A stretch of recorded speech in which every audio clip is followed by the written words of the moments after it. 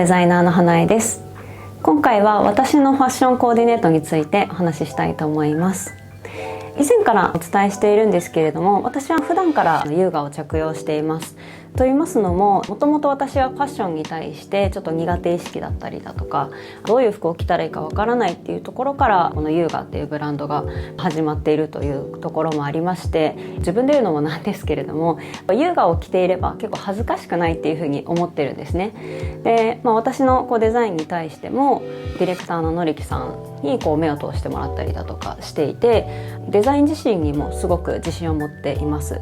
で、その生産の背景としても、熟練のパターンナーさんだったりとか、プレタポルテ専門の工場さんで縫っていたりだとか、そういった生産背景からしても、私は仕立てもすごく素晴らしいものですし、素材生地についても自信を持ったものを使っておりますので、優雅を着ていれば間違いないっていう考えで普段から着用しておりますし、周りの反応を見ていてもすごい素敵だねって言っていただけますし、お客様のお声としても、この洋服着てるとすごい素敵って言ってもらえるんだよねっていう風な声もいただいておりますので、私自身の体験としても優雅を着ていれば間違いないという風に思っています。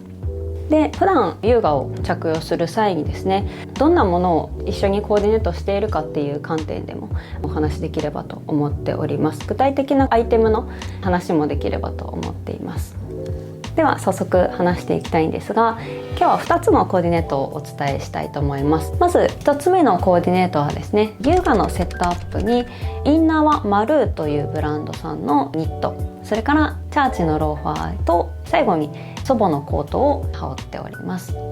で、これは以前もお話しさせていただいたと思うんですけれども、ニットにデニムにローファーっていう話をしていたんですが、今回はせっかくなのでセットアップでコーディネートをしています。ウィナーズールコレクションがそもそもネイビー、ブラウン、それからブラックの色展開ですので、それで色違いという形でコーディネートできるように、ニットとローファーも色違いのものを持っています。今回はネイビーを着用していますので、もうちょっとネイビーのようなちょっとグレーっぽい色味にも感じるんですけれども、こちらを着用しています。これはマルーというブランドさんでドメスティックブランドになります。カシミヤ 100% のものになっていて、モックネックのタイプでロングスリーブのものになっています。もともと私もユニクロのニットをそれまでは着用していたんですね。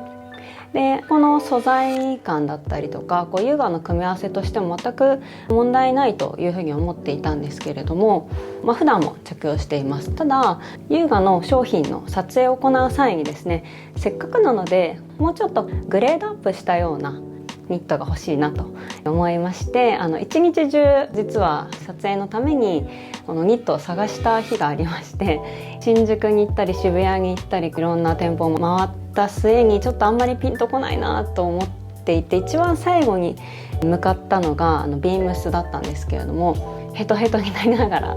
入った時に、たまたまそのマルーのポップアップが確か最終日だったんですよね。で、なんだこれはと思っていろいろ見させていただいて、試着もさせていただいたんですけれども、この色味だったりとか、この着用した際にですね、非常に軽い感じで優しい着心地なので、これですごいいいなと思って選びました。なんか今 EC サイト見ると、このブルーのような色が売ってなくて、本当にブルーっていう名前なのか分かんないんですけれども、このブルーとベージュを持っています。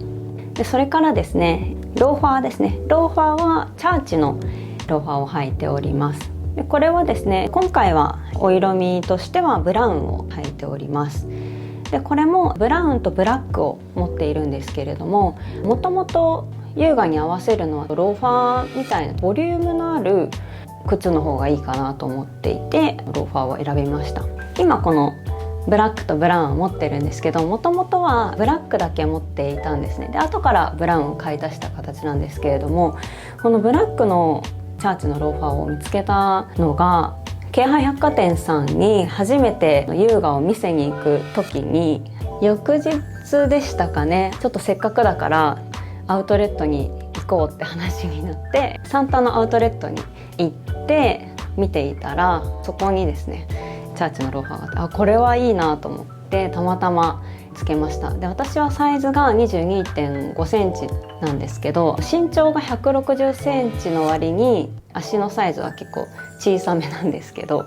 それでぴったり入るし、足の馴染みもすごく良くて、これはなんか私のための靴なんじゃないかって思うぐらい、普段いる場所ではないとこでたまたま見つけたっていう、しかもローファーっていうところですごく感動して、もうこれは買うしかないとなって購入した経緯があります。コートはパープルの淡い色味のコートを合わせております。こちらはですね、私の祖母が着ていたものを着用しています。私の祖母はですね、本当に身長私よりは低かったんですけれども、多分体型とかはほとんど近くて、祖母が着ていたものは結構私も着れるんだなって思って拝借したものになります。こちらはブランドのタグはついてるんですが、検索しても引っかからなくて、唯一引っかかったのがリサイクルのようなサイトで売られていて、おそらく昔あったブランドのお洋服なんじゃないかなと思うんですけれども、ウール 100% で、この首元のファーがどんな素材なのかはわからないんですけれども、ふわふわしてて気持ちいい素材だなというふうには思っております。30年以上前のお洋服だろうなとは思うんですけれども、非常に状態が良くて、絶対この工場さんに出したら嫌がられるだろうなという、この袖のギャザーっていうんですかねとか、あとはこの細かい装飾のついたボタンとかがとても素敵ですごく気に入っています。で、肩パッドがきっちり入ってるので若干時代を感じるんですけれども、優雅と合わせた時に全然違和感がないなと思っていて、特にこのネイビーと合わせた時にこの色味の明るさっていうんですかね、明るさがすごくこうマッチしていて、とても気に入っています。なので今年の冬から着始めたんですけれども、すごく重宝していて、すごく私も気に入ってますし、そうですね、やはり祖母を感じながらいつも着用しています。では2つ目のコーディネートです。で、2つ目のコーディネートもですね、祖母からもらった洋服を着用しています。上下のセットアップですね。で、上はシャツの形になっていて、ボトムスはですねスカートになっています。で、靴はザラを合わせております。ザラのブーツですね。アウターとして優雅のウィナズールコレクションのオープンカラーシャツワンピースのブラックをですね合わせております。で、こんな風にですねオールブラックでまとめるとすごくいいなっていうのは、私がもともとこのオールブラックが好きなのですごく好きな組み合わせなんですけれども、まず祖母の洋服の話なんですが、こちらは素材とかブランドが分からなくて、おそらくデザイナーさんに頼んで、それこそクチュールのものだと思います。デザインとおそらくこのサイズは祖母のために作られたものだと思います。で、よくよく見ると細かい仕立ての部分だったりとか、ちょっと特徴的なボタンだったりとかはすごく素敵だなというふうに思っております。で、このザラのブーツはですね、これもまた優雅の撮影のために前日ぐらいに慌てて調達したブーツになります。なんか私はこの2つ目のコーディネートが特に意外性を感じて好きと言いますか、とても気に入ってるんですけれども、おそらくこの洋服は3、40年以上前、もう下手したら50年、半世紀前ですよねっていうもので、もう今ではいつ作られたものなのかわからないんですけれども、そんなに前のもの、いわゆるヴィンテージっていうものだと思うんですけれども、幼児山本のような雰囲気があって、いいものというかかっこいいものは時代を経てもかっこいいと思えるんだなというふうに思っていて、